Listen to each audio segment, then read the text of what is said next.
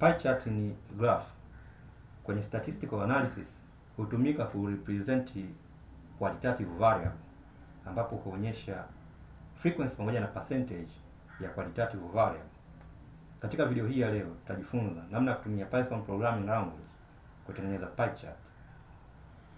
Kitu cha kuzingatia ni kwamba unapotaka uchore pie chart ni lazima uwe na vitu viwili. Cha kwanza ni qualitative variable, cha pili ni quantitative variable. Mfano, nina data zangu hizi kwenye Microsoft Excel na column mbili, ya kwanza ni region, ya pili ni frequency. Region ni variable, ndani yake kuna data. Data hizi ni mikoa mbalimbali, Dodoma, Tanga na kadhalika. Sasa hizi data hizi ni qualitative, yani ni data ambazo sio number, ni text au ni string, zipo kwenye variable moja inaitwa region. Kwa region ni qualitative variable, data zilizokuwa ndani ya region ni qualitative data. Frequency ni quantitative variable, ni variable ambayo inachukua number.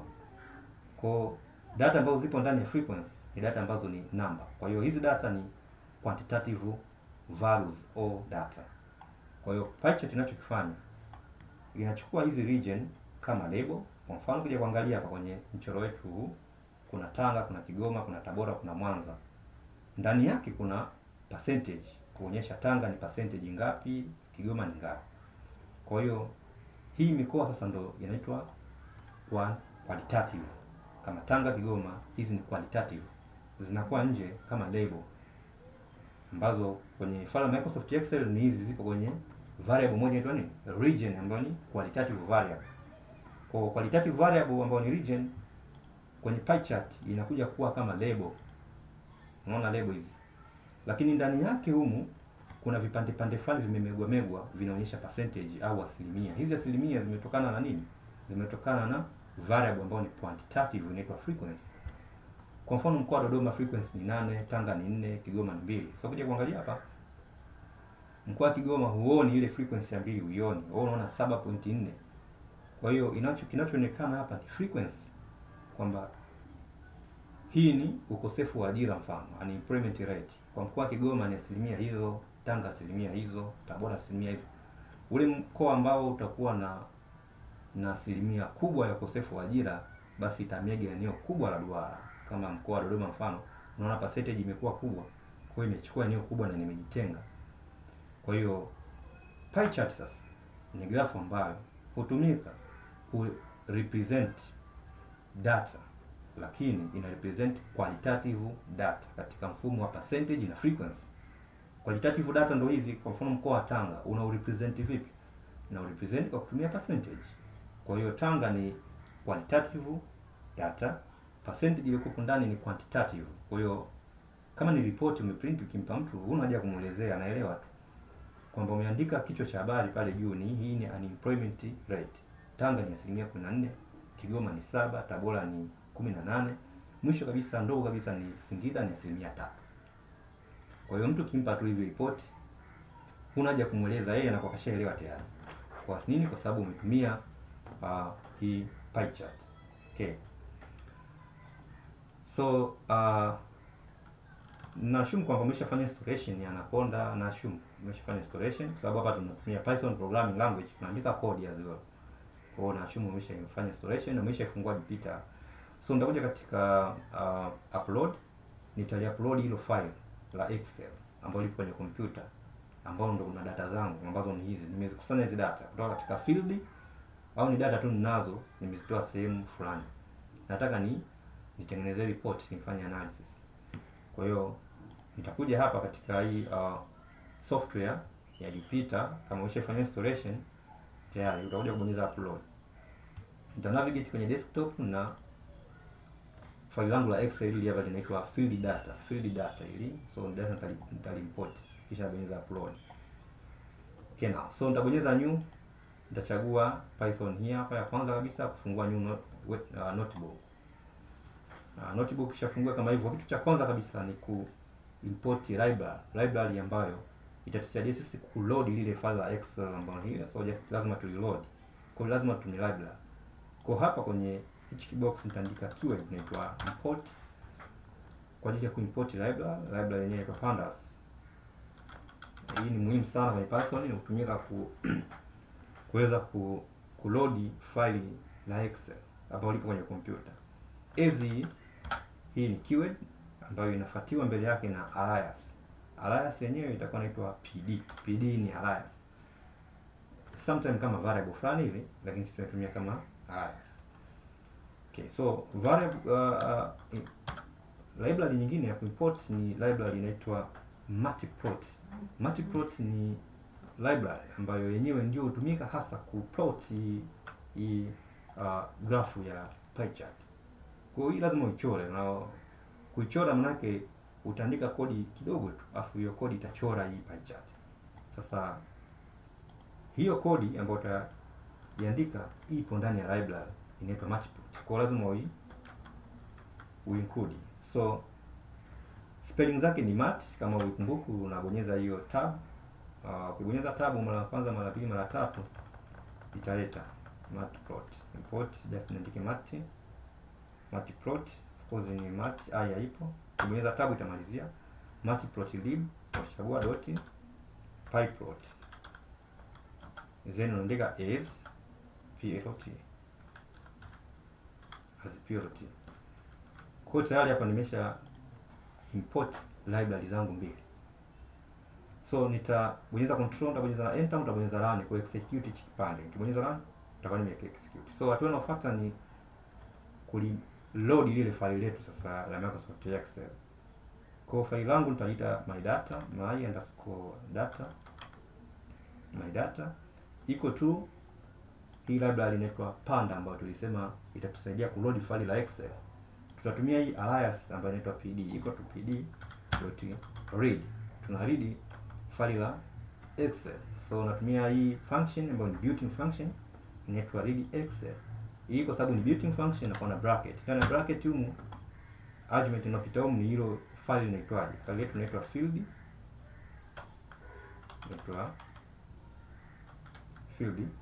Hii of course ni hivyo. Field data.xlsx. Hili ndio file letu la Excel.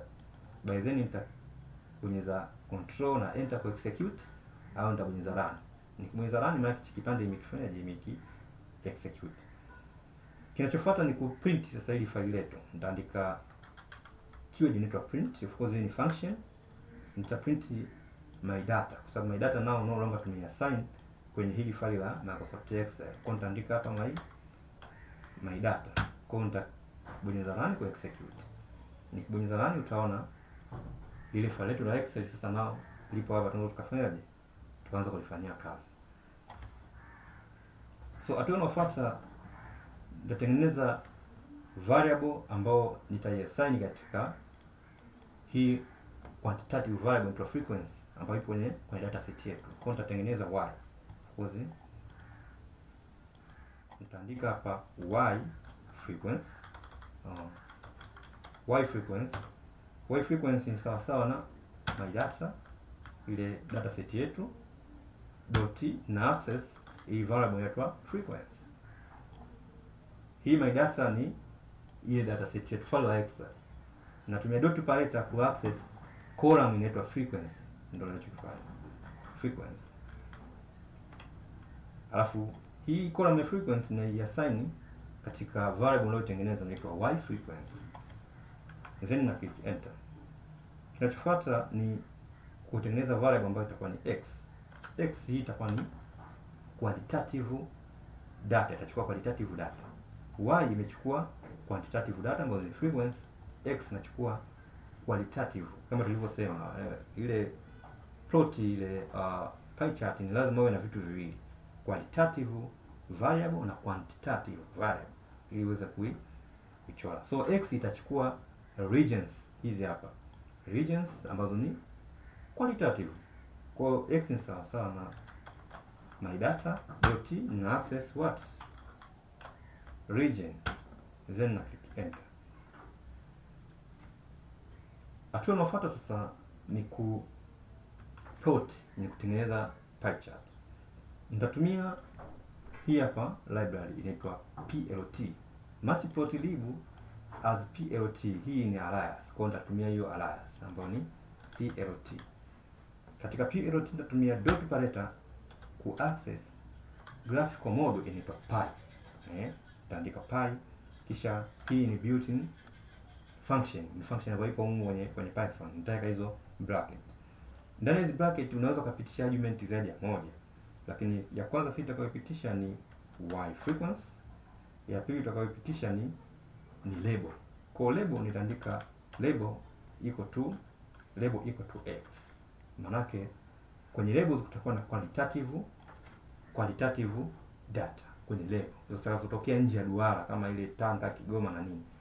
Ndani ya duara sasa vile vipande pande vitakuwa katika y frequency ambavyo nimezipitisha hapa chini. Kinachofuata ni kurun. Nitabonyeza run hii hapa. Kwa nikishuka chini nitaikuta sasa graph yangu imeshakuwa created. So now inachokifanya sasa, yenyewe inaenda kuangalia ile sehemu ambayo ina frequency kubwa sana ita expand, na ile sehemu ambayo ina frequency ndogo itajibinya zaidi. Kwa mtu akija kuangalia hata kwa rangi na anaelewa kwamba hapa Dodoma imeongoza. Dodoma imeongoza. Lakini imeongoza kwa jambo gani? Aelewi. Ni lazima uweke title hapa juu ili asome mtu aelewe kwamba kumbe hicho ni kitu fulani. Okay, now. So, hatua inayofuata sasa ni kwenda kutenga hii ambayo ina eneo kubwa ambayo imebebwa zaidi. Dodoma ambayo ni ya employment yake, ukosefu wa ajira wake ni mkubwa zaidi, inatakiwa uitenge ili mtu aweze akaelewa zaidi. Kwa hiyo no longer tunakuja kucopy hizi kodi kama zilivyo. Kisha nabonyeza hapa kwa ajili ya kuinsert na ni mpya. Sasa ninakuja hapa na paste hizi hapa. Zile kinachofuata sasa, hapa chini natengeneza interval ya kuzimegamega ile sehemu ambayo inaonekana ina eneo kubwa niweze kuitenga. Kwa nitatengeneza interval equal to, hii ni array kwenye Python, array na kwa namna hii. Kwa hiyo nahesabu hivi vyumba vipo vingapi? 1 2 3 4 5 6 7 8. Vipo 8. Naanza na ya kwanza. Ya kwanza ni ile ambayo itakuwa na frequency kubwa au itachukua eneo kubwa katika ile pie chart. Ili ya kwanza iache nafasi ya 0.2 ya kwanza. Kumbuka zipo 8, hivyo vibox vipo 8, hivyo hapo. Vipo 8. Kwa hiyo itakuwa ni ya kwanza. Ya pili itakuwa ni 0. Ya tatu 0, ya 4, ya 5, ya 6, ya 7, ya 8. Then nakuja hapa ambapo nime just kuiplot ile kuiplot ile pie chart. Ninaongeza argument ya tatu. Ya kwanza ilikuwa ni y, ya pili ilikuwa ni x, ya tatu inafuata ni interval.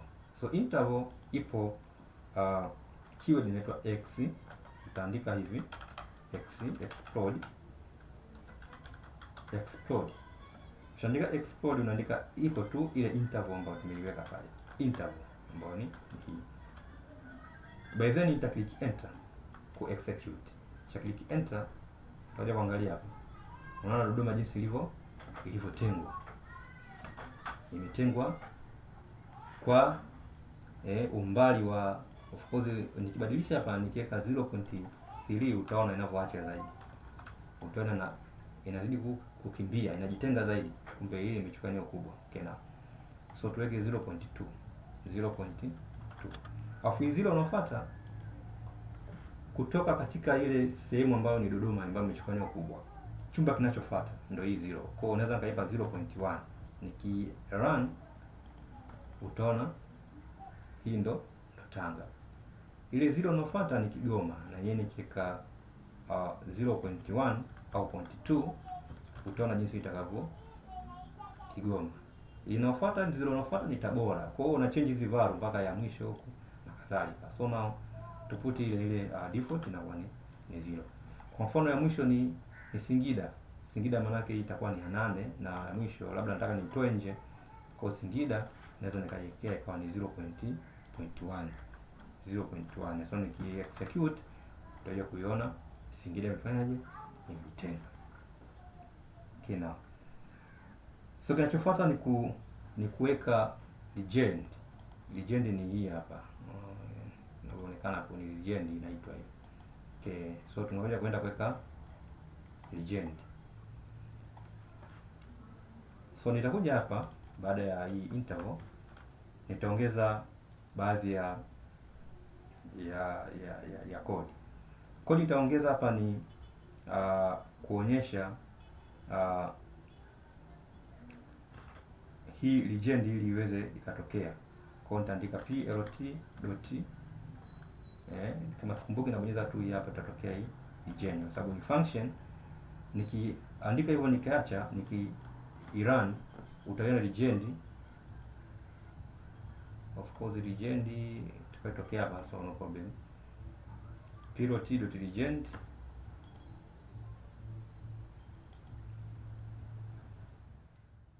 plt. Okay, now so let's tupitishe huko title equal to unemployment. Hii itakuwa ni legend. So nikirun kuna inaonekana. Okay, so now hii legend just na copy na ikati hapa, alafu naiweka baada ya hii plot ambayo ni plot yeah. Sababu legend inakuwa ikae kipindi hizi label tayari zipo. So programming inapokuwa na run kutoka juu kwenda chini, ina run by line. So ikija hapa itaanza ku execute hii, kama ilikuwa katikati hapa itaanza ku execute kwa kutaka ku display label wakati label hajaziput bado. Kwa hiyo lazima kwanza uput label baadaye. So anakuja ku execute, so unakuja kukuta unemployment just title, lakini hizi ni zile label ambazo zinaonyesha kwa rangi fulani ni Dodoma, rangi fulani Dodoma na kadhalika. So kama utaki kuionyesha hii title na just kuikati hapa, niki execute umeona huwezi kuiona tena ile title tena. So hapa nime execute, lakini unaona imetokea upande wa kushoto. Kwa unaweza kaiweka ikawa upande wa kulia by default, naandika queue ni plt so ile alias dot axis ni ndani napitisha argument, naandika equal hapo, just ni click enter dot equal was it just ni plt dot show okay. Now so just to remove kwa sasa. Okay, so hivi ndivyo ambavyo unaweza ichora hii pie chart. Cha mwisho ni kuonyesha value za ndani ambazo ni quantitative, ambazo zipo katika mfumo wa percentage. So nitakuja hapa kwenye sehemu ambayo niliandika interval, then nitaandika keyword moja kwa auto, nitabonyeza tab, nitamalizia, nitachagua auto picked, kisha nitaweka hizi quotation, nitaweka alama ya percentage kuonyesha kwamba value zitakazokuwa hapo ndani zitakuwa ni percentage, lakini zitakuwa ni quantitative. Naandika dot paleta, naandika 1 hii ni decimal point, itakuwa decimal point moja, naandika f, kisha na click enter ku execute. Kwa unaona kuna value zipo ndani lakini na decimal point moja. Nataka decimal point ziwe mbili, hii moja naifuta, just naandika 2. So niki execute decimal point sasa unaona zimetokea hapo ngapi? Zimetokea 2. Okay, now so hivi ndivyo ambavyo unaweza ukachora pie chart kwenye Python. So unaweza kaja kwenye file, nikaja kwenye download au kwenye print preview. Unaweza print preview, utaona zile kodi zetu ambazo tulikuwa tunaandika ni hizi hapa. Au nikija tena hapa kwenye file, nikija kwenye download, naweza download kama PDF au kama HTML. So download kama HTML ita download hii hapa, just ni download, kisha naweza nikaifungua. Hii hapa imefunguka, naweza nikashare na watu.